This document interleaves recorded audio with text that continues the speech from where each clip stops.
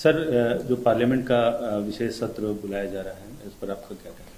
है? ये जो पार्लियामेंट का स्पेशल सेशन बुलाने का जो अनाउंसमेंट मोदी सरकार ने किया है, हम इस बात का उनसे डिमांड करते हैं कि ये अमृतकाल का स्पेशल सेशन सरकार कह रही है, तो इसमें हमने भी सरकार से डिमांड किया था कि चीन जो डेप्सांग और डेमचौक में भारत की 2000 स्क्वायर किलोमीटर पर कब्जा करके बैठा है, इस पर एक कॉम्प्रिहेंसिव डिबेट होनी चाहिए स्पेशल सेशन में, क्योंकि ये देश की जमीन पर चीन कब्जा करके बैठा है और गोगरा, हॉट स्प्रिंग, पोंगसोंगसू लेक में वैसे 25 पेट्रोलिंग पॉइंट्स को खो चुके हैं। तो हमारा पहला डिमांड मोदी सरकार से होगा कि चीन जो हमारी जमीन पर कब्जा करके बैठा है उस पर एक कॉम्प्रिहेंसिव डिबेट हो। दूसरा, हम मोदी सरकार से इस बात का डिमांड करते हैं कि रोहिणी कमीशन ने अपनी रिपोर्ट दे दी है, तो इस स्पेशल सेशन में मोदी सरकार की ये जिम्मेदारी है कि वो 50% रिजर्वेशन लिमिट को क्रॉस करे और एक बिल लाए पार्लियामेंट में, लोकसभा राज्यसभा में, ताकि आप जो ओबीसी से मोहब्बत का वादा करते हैं, दावे करते हैं, उसको पूरा कर सकें, और खुद प्रधानमंत्री ओबीसी हैं। तीसरी बात यह है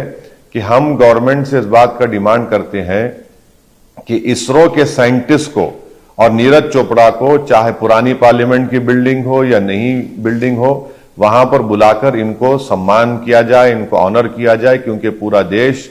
इनके इस अचीवमेंट से, चाहे वो जैवलिन थ्रो में हमको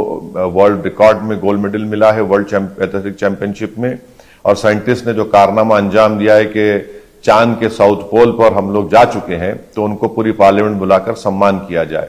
चौथा, हम ये कहना चाहेंगे कि विंटर पार्लियामेंट सेशन के भी डेट्स का ऐलान मोदी सरकार कर दे, कि ऐसा ना हो कि सिर्फ हम वोट ऑन अकाउंट में चले जाएं, क्योंकि सप्लीमेंट डिमांड्स आप ले चुके हैं।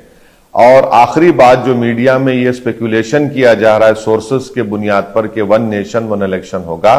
मैं ये कहना चाहूंगा कि ये अगर बिल लाया जाएगा, मुझे नहीं मालूम क्या एजेंडा होगा, लाया जाएगा तो ये अनकॉन्स्टिट्यूशनल होगा,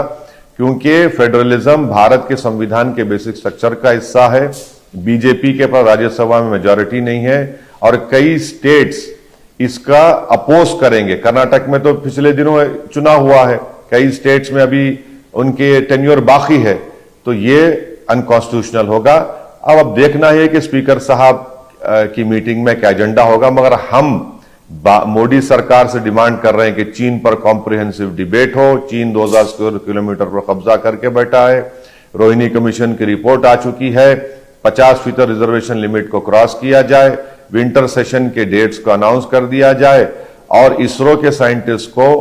और नीरज चोपड़ा को बुलाकर पार्लियामेंट की पुरानी बिल्डिंग हो या नई बिल्डिंग हो, उसमें उनको सम्मान किया जाए, उनको ऑनर किया जाए। 1 नेशन 1 इलेक्शन का अगर कानून लाती है, यह अनकॉन्स्टिट्यूशनल होगा, राज्यसभा में पास नहीं होगा, असेंबलीज में पास नहीं होगा।